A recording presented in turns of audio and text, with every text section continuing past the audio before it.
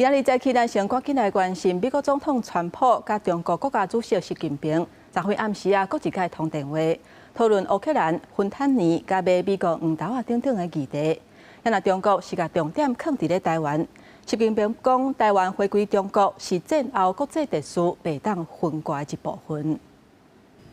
中国外交部讲，习近平伫8月甲川普通电话，国际媒体拢认为是中国主动。美国总统川普二是伫咧社群媒体大文正式有接受习近平的邀请，会伫咧明年4月访问北京，以后邀请习近平明年进行国事访问。川普讲，因有讨论到乌克兰、芬坦尼，抑个美国大豆采买的问题，不过伫大文内面并无讲到台湾。北京方面首先公布内容，不过并无讲到国事访问。只敢讲，两位领导人有讨论贸易、台湾甲乌克兰。中国外交部讲，习近平有甲川普讲，台湾回归中国是战后国际秩序重要组成的部分。中国甲美国把做伙对抗法西斯甲军国主义，怎么也会做阵维护二战胜利的成果，并且希望乌克兰危机会当量早达成，公平党会久有约束力的和平协议。国际媒体引述中国外交部的讲法，美国理解台湾问题对中国的重要性。